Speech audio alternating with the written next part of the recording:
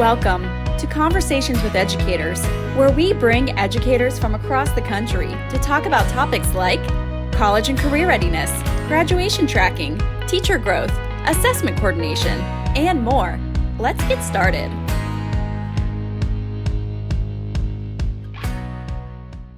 And I think we'll go ahead and get started. I know there's still some joining in, and so but we want to be respectful of your time and appreciate your participation today. So it's my distinct honor to introduce Dr. Capps and Brian from the Danielson Group, and we're very excited to be hosting them.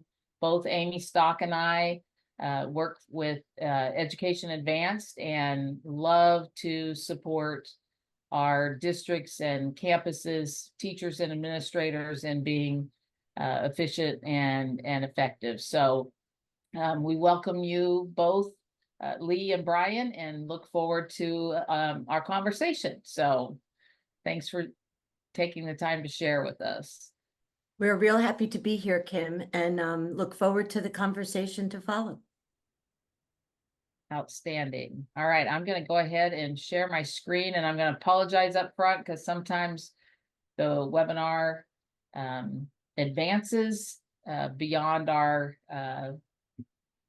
control automatically. So I'll back it up if it jumps ahead of us.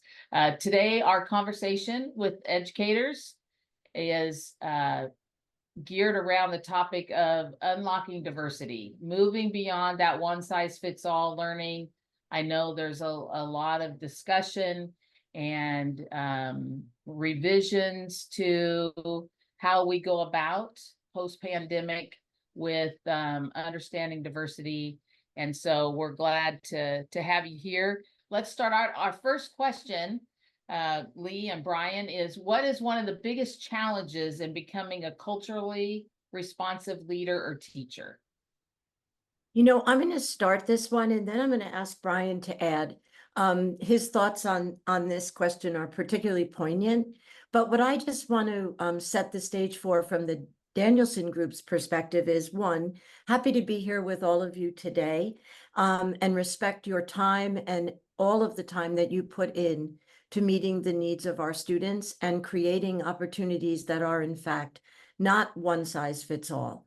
At the Danielson Group, when we think about this challenge, and it is one that I think educators everywhere are thinking about right now, how do we, in fact, become culturally responsive as leaders, as teachers, as humans?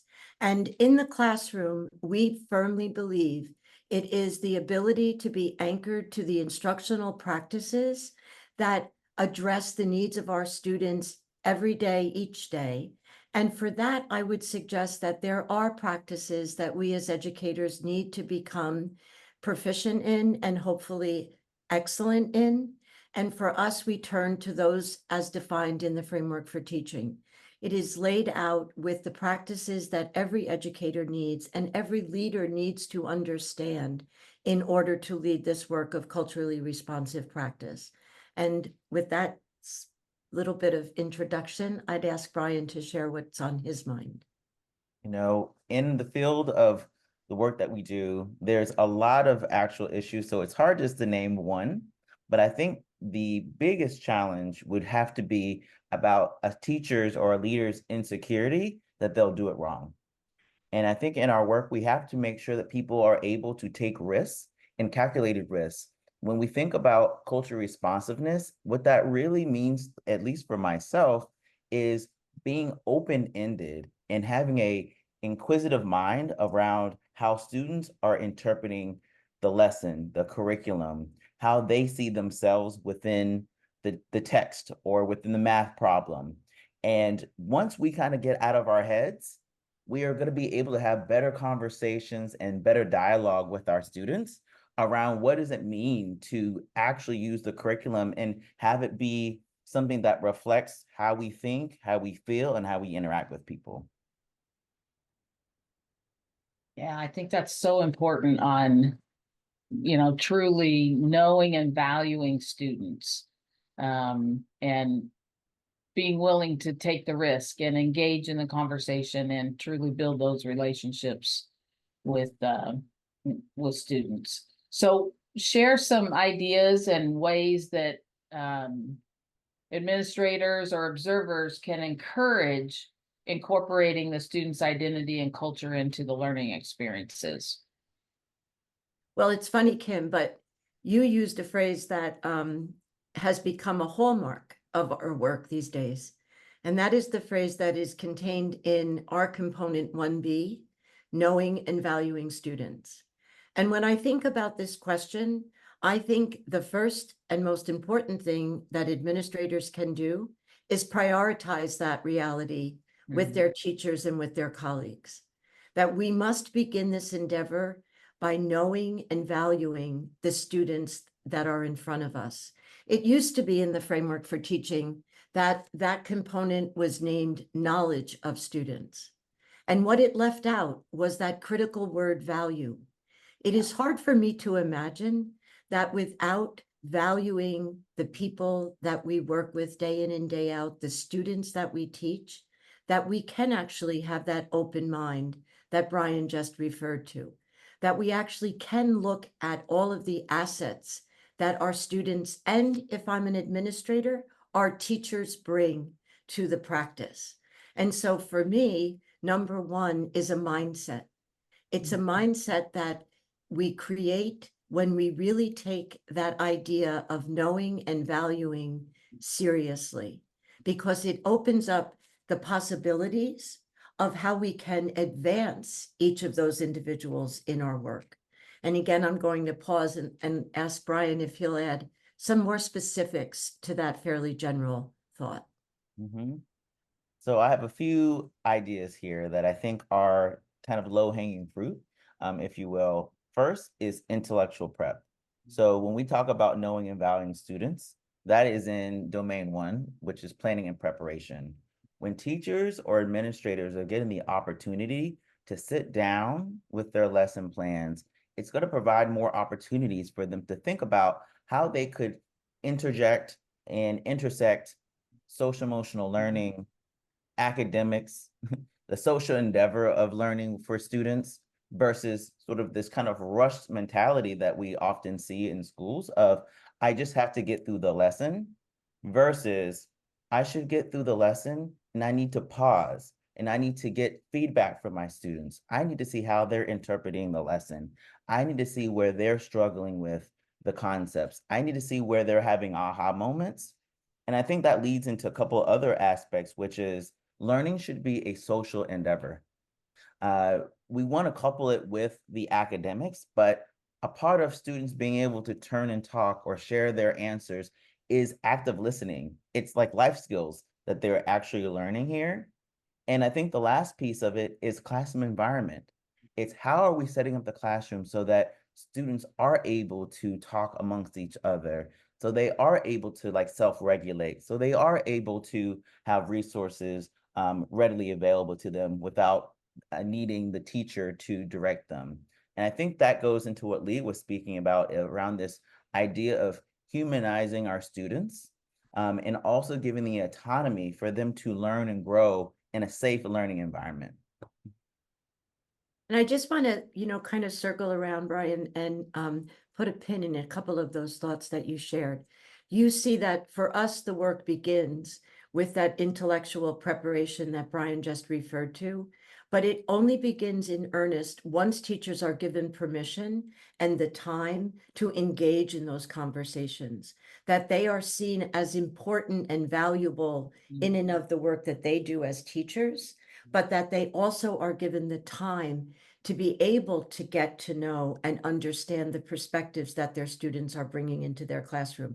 And as a career educator, I know the word time is loaded. So for all of you on this call today, I don't minimize how hard it is to find that time at the very beginning, to begin with an earnest, investigation, if you will, of who are these people in front of me and what are they about.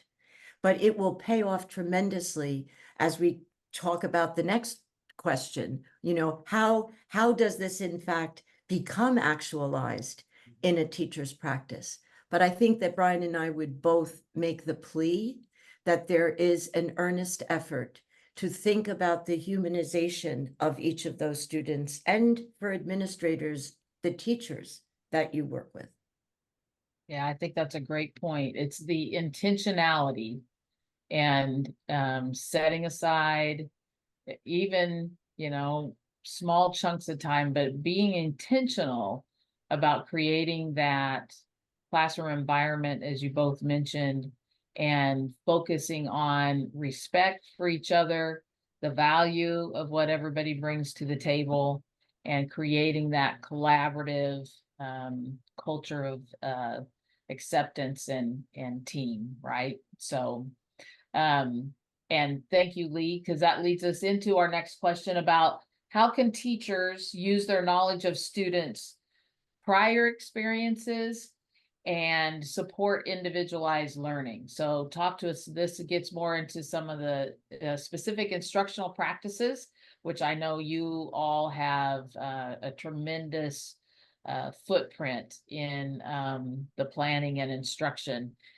from Danielson, and used it for many, many years prior to leaving public education. So share with us about some of your ideas.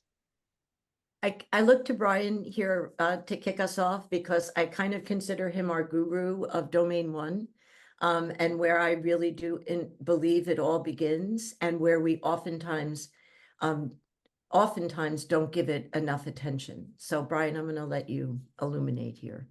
Sure. And there's a myriad of ways that this can play out into the classroom. So I don't want to give the appearance that this is an exhaustive list or examples of what it means to be fully culturally responsive in light of a classroom. But when we think about the knowledge of students' prior understanding and sort of where we want to go, I think of a few things. Goal setting, personal goal setting for the student, that the teacher can engage in, whether it's academic or social, around how the student wants to interact with their peers and with their teachers. I think a lot about understanding their students' lived experiences. What do the visuals look like in a classroom? Is it a wall that has images of their community, of their families, of the books they love, or the scientists that they revere? Who in the community are they inspired by? I think a lot about the individual learning of, and this might seem granular, but I understand that the student is a striving reader. So I get to have a small group work time with them. Or I know that student's really shy, but their best friend is not. So I want to make sure that they have time to be paired together to work on a problem of practice. And I think it's the intentionality and what we also called principal decision making, that the teacher is doing this ongoingly through the classroom, whether it's in the mini lesson or the independent practice time. But it's sort of the teacher is always has this kind of acuity to thinking about, where do I find productive struggle in academic, in social? Where do I celebrate student success and pride in their work? And these are all things that you can find within our elements of success within the framework that can really help make kind of equitable social emotional practices much more measurable. Because I think that's the older thing that I would say, especially in challenges that teachers or administrators have. It's like, what does it look like? It can look very different from class to class, but there are some baselines that I think are important.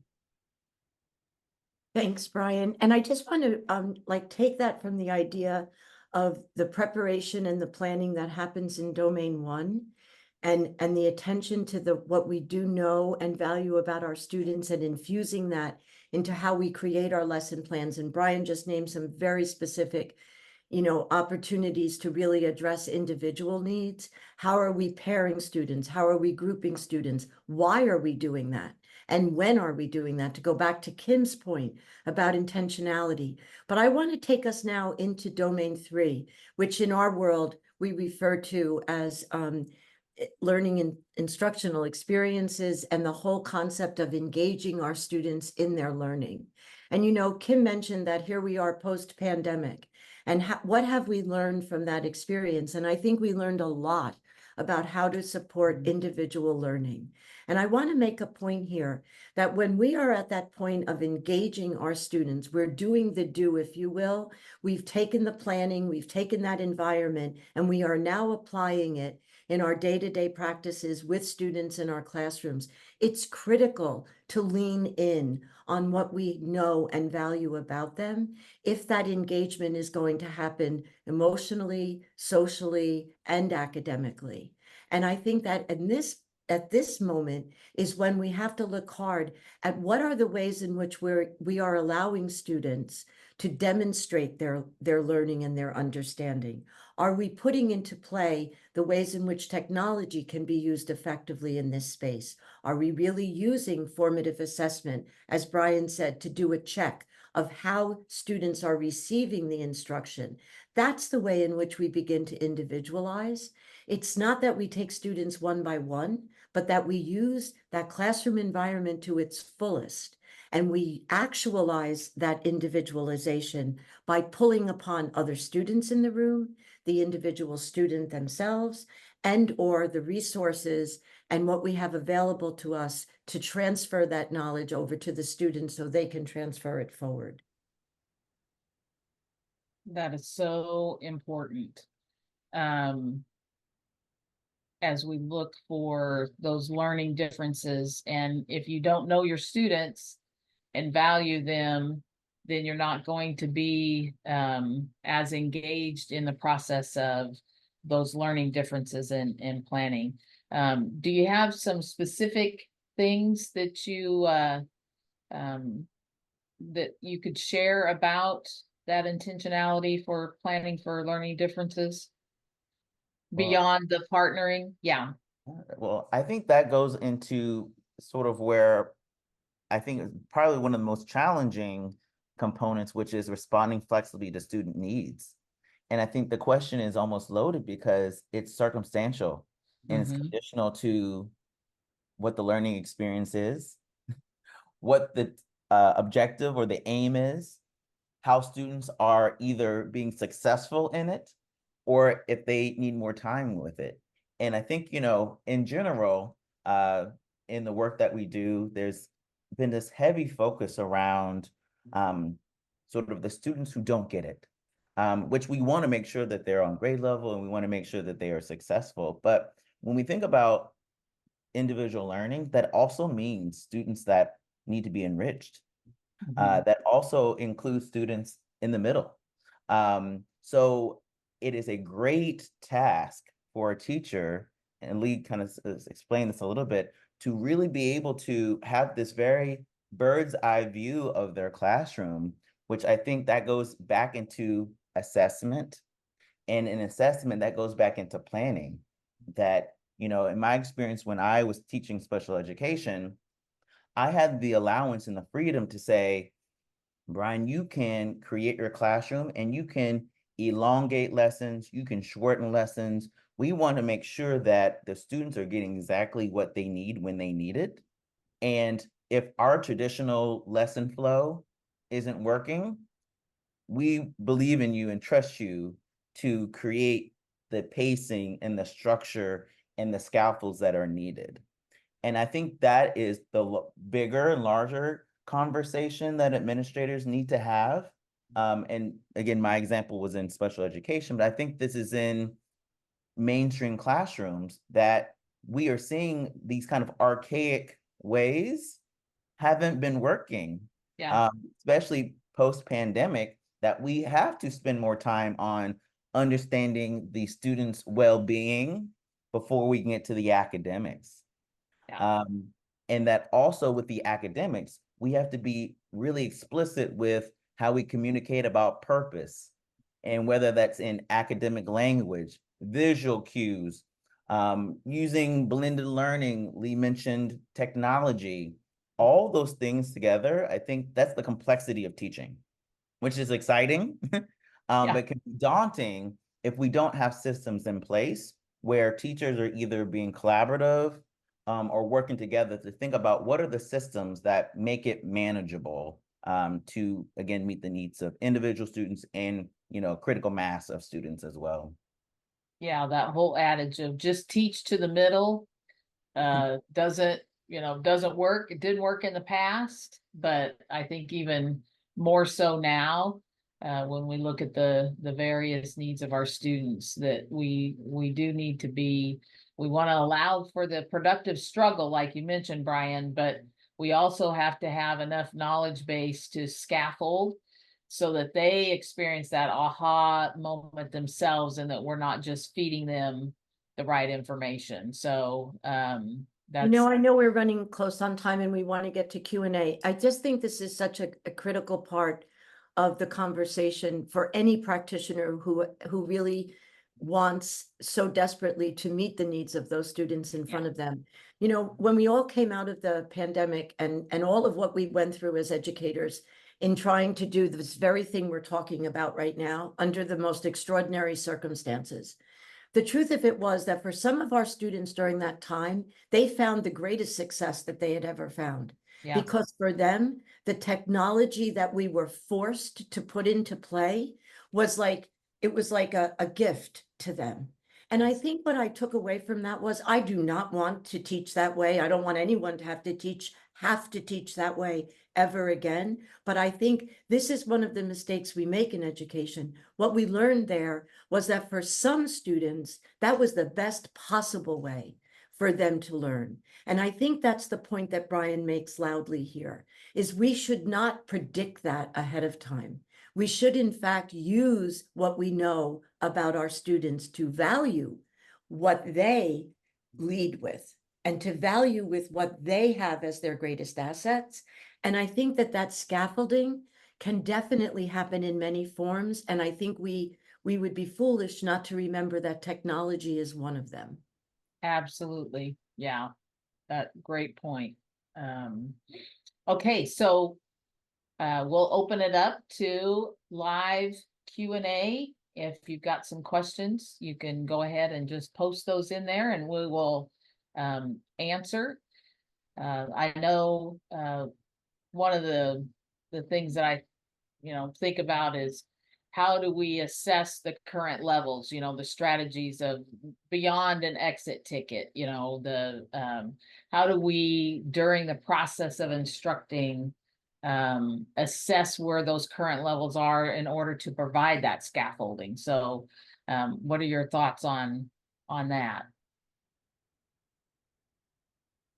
Well, I mean, I go back to the visuals, and not necessarily like a visual cue, but even you dry erase boards, put your answer on a dry erase board. Thumbs up if you got that answer. Like, all those things are quick checks for understanding that can have a lot of impact on what you might do next as the teacher move, in terms of, oh, are my students getting it or not getting it? And I think I was joking with an administrator the other day, and where we're always, asking, who doesn't understand or what questions do you have? Very few students are going to answer that, all right, because that feels like a call out. No one wants to feel like they don't know. But I think when we make it collaborative, we make it whole group, it's easier for students to engage with maybe an incorrect answer or a almost right answer versus it being, it has to be one way or one process. So those would be some suggestions I would think about, just, kind of simple, easy, streamlined. Yeah, that's great. I love it. Any other questions from the audience? But we appreciate you taking the time here at Education Advanced. We definitely want to make things easier. So from our products, I'm going to let Amy share about our 3 products real quick, and how we can help assist you in implementing Danielson Framework too. Go ahead, Amy. Absolutely. I am very excited. I actually pulled up our Danielson model of an observation That's what you should be seeing here on my screen now. So in our evaluation software, you are able to actually get in and script and have evidence of, have that rubric right there, right next to you, so you can tag. And one of the things that I really love about the Danielson is those critical attributes are right there for you. So while you are in the classroom, you've got examples, you have the best of the best right there to really pull from to help you guide. Is this teacher hitting the distinguished, or are they in the proficient or basic mark? And then you can look at that information and pull your evidence and tag them right there live in the system. So that's one of the things that I wanted to just kind of briefly share with you about our evaluation tool that we provide. The Danielson model is completely accessible within the tool, and we do make updates as Danielson sends them out. So we try to stay on top of it as well. So if you're interested in learning more about our software, please feel free to reach out. I'd be more than happy to set up a time and kind of walk you through specifically the customization features that we have that kind of go along with more than just an observation, because I think we do know that that observation is nice when we walk in, but it's more than just that 30 or 45 minutes that we're in a classroom. It goes beyond that. And so we have a lot of variety in terms of the checklist that you can provide for your teachers. And then, of course, our other two products being Graduation Pathways, which is a tracker for your diploma plan, mainly for your secondary students. And then Test Town, our test enablement software, to help make sure that you're staying on top of your accountability and assessment needs. And so those are our other two suites. Of course, head over to educationadvance.com if you want to learn more about any of those. Thanks, Amy. Well, it's been a great 30 minutes with you, and we appreciate Brian, you and Lee both coming and sharing your knowledge. Next week, we're going to dive in again with another webinar. So we invite you to join us and participate with gaining some more information on how we can effectively not only know and value our students, but instruct them towards success. So have a great rest of the day, and thanks for your time. And thank you both for hosting this. Appreciate the opportunity, and see you next week. All right. Thanks so much. Take care, everyone. Bye-bye. Take care. Bye-bye. Thanks for joining us. If you want to learn more about college and career readiness, graduation tracking, teacher growth, assessment coordination, be sure to subscribe to our newsletter. Until next time.